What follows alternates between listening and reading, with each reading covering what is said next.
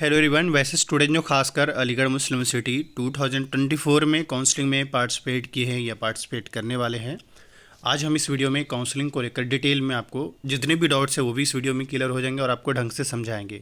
Video and तक देखिएगा क्योंकि आपके जितने भी डाउट्स हैं अगर वीडियो एंड तक देखते हैं तो आपके क्लियर हो जाएंगे।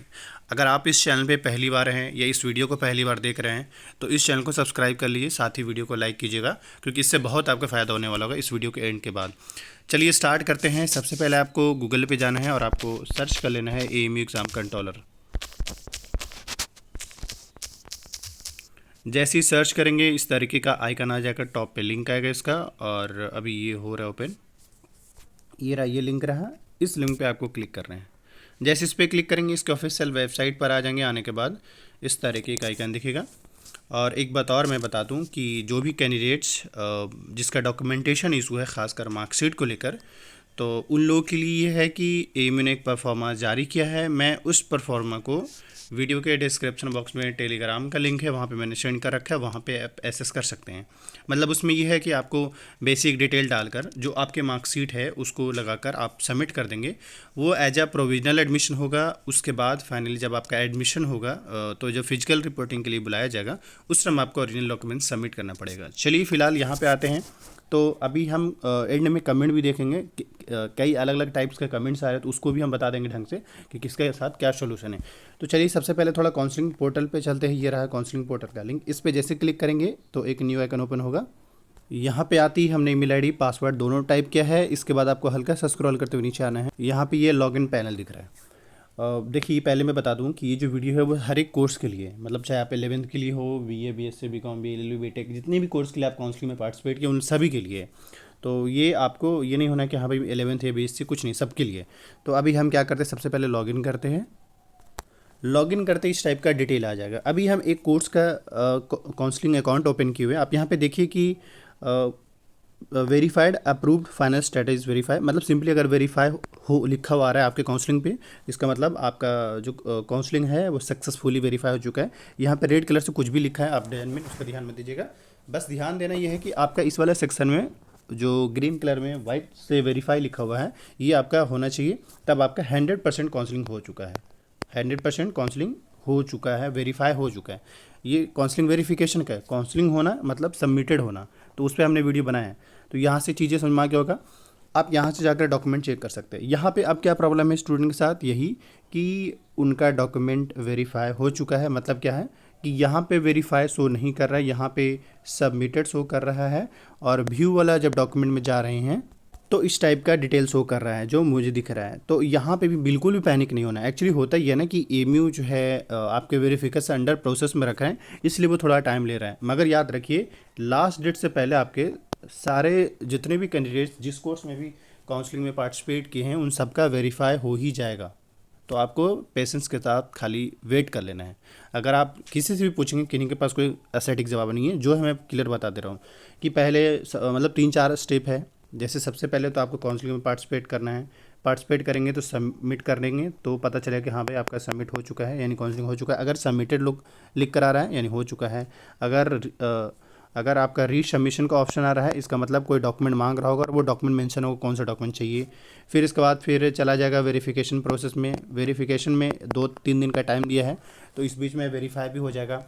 अगर वेरीफाई नहीं हुआ है, कुछ डॉक्यूमेंट रिजेक्ट होता है तो पता चल जाएगा। फिर आपको फिर से वही जो डॉक्यूमेंट रिजेक्ट होगा उस डॉक्यूमेंट को दोबारा से अपलोड करना है। फिर ये है कि अगर मान लीजिए आपका वेरीफाई हो जाता है सब, तब जाके इस टाइप से आपका स्टेप बाय स्टेप वेरीफाई होना शो कर जाएगा। तो यहाँ पे आपको समझ में आ गया होगा कि जिसका डॉक्यूमेंट वेरीफाई हो जा रहा है वो किस टाइप से दिख रहा है। हाँ, इन केस ये सारा यहाँ मतलब इस वाला सेक्शन में आपका वेरीफाई हो चुका है पर काउंसलिंग पोर्टल पे सबमिटेड ही दिख रहा है, तो आप बिल्कुल नहीं घबराना है। आपको बस ये है इंतज़ार कर लेना है 1 से 2 दिन का।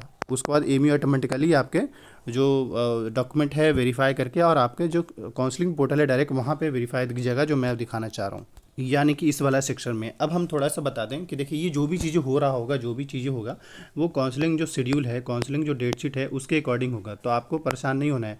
आपको बस ये कि पेशेंस के साथ अपडेटेड रहना है और चेक करते रहना है, क्योंकि इसी बीच में अगर डॉक्यूमेंट रिजेक्ट होगा तो आपको उसके सपोर्टिव डॉक्यूमेंट अपलोड करना पड़ेगा। एक बात और बता दें कि इससे पहले साल इस बार भी ऐसा हो रहा है, ऐसा नहीं। जैसे मान लीजिए कई लोग ऐसे जिसका मार्कशीट का इशू है, उसके लिए तो एक परफॉर्मेंस जारी किया है, वो मैंने बता दिया।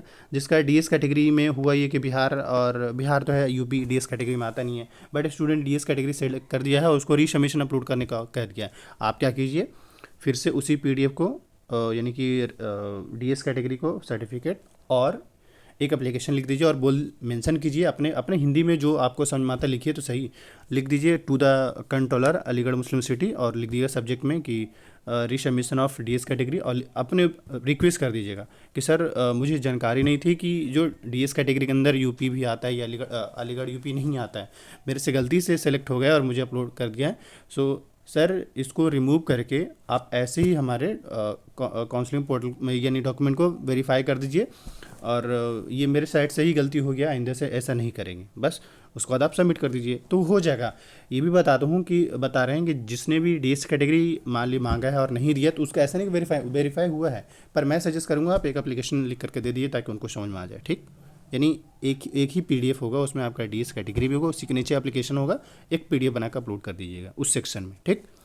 तो ये रहा। अब हम थोड़ा सा आ जाते हैं क्वेरीज़ पे। यहाँ से अब ना कुछ हम क्वेरीज ले रहे हैं, जैसे कुछ सेलेक्टिव, जैसे अब ये इनका कहना है फॉर्म लिस्ट कब आएगा, तो जो काउंसलिंग शेड्यूल है और उसमें जो डेट दिया गया उसी डेट के हिसाब से आएगा, इसलिए आप जो है काउंसलिंग शेड्यूल चेक कर लीजिए। बीएससी क्या बीएससी रिजेक्ट हुआ है, जाहिर सी बात है अगर किसी ने काउंसलिंग किया होगा तो मे भी उसका रिजेक्ट भी हुआ हो। एक डीएस को लेकर पूछ रहा है, तो डीएस को लेकर मैंने ऐसे ही और इन शॉर्ट में समझा दिया है कि आपको कैसे करना है, अपना रिक्वेस्ट कर देना है। इसका डीएस कैटेगरी वालों को, मार्कशीट वालों का परफॉर्मा है वो मैंने वीडियो के डिस्क्रिप्शन बॉक्स में डाल दिया है। जेएमआई डिप्लोमा का रिजल्ट जल्दी ही आ जाएगा। इनका जो है क्वेरीज है मार्कशीट को लेकर, तो आप क्या करिए, फर्स्ट सेकेंड थर्ड फोर्थ और फिफ्थ का मार्कशीट के साथ साथ वो जो परफॉर्मा है वो उसको लगा करके एक पीडीएफ 6 पेज का पीडीएफ बनाकर अपलोड कर दिए, आपका वेरीफाई इंशाल्लाह हो जाएगा। इसके बाद नेक्स्ट बात करें तो कोई बात नहीं, अभी इसके बारे में महफूज मुश्ताक, मैंने आपके बारे में इसका देख लिया, बता दिया। इसका अंडरटेकिंग जो परफॉर्म दे रखा है, अकाउंट सर मेरा तो अकाउंट ही नहीं बन पा रहा है काउंसलिंग का, मैंने ईमेल भी किया कंट्रोलर पे, आपने कुछ मिस्टेक्स किए होंगे साजिब, तो आप ऐसा करना एक बार इंस्टा पे मुझे मैसेज कर लेना। एंड मार्कशीट को लेकर जिसके भी परफॉर्मर को मैंने बता दिया है।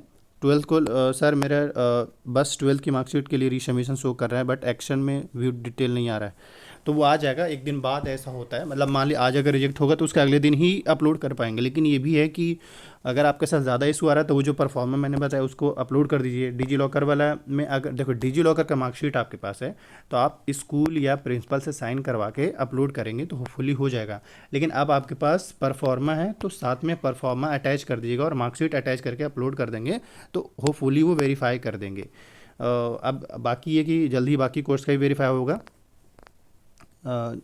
डिप्लोमा के बारे में मैंने बता दिया है। चलिए ये तो सेलेक्टिवली कोई प्रिंट करने की ज़रूरत नहीं है। हाँ अभी ये है कि मेरे ख्याल से शायद बीटेक वालों का आज लिस्ट आ गया होगा, तो मे बी उनका जो है पेमेंट का सीन हो, तो वो जब होगा तो हम बता देंगे, ठीक है।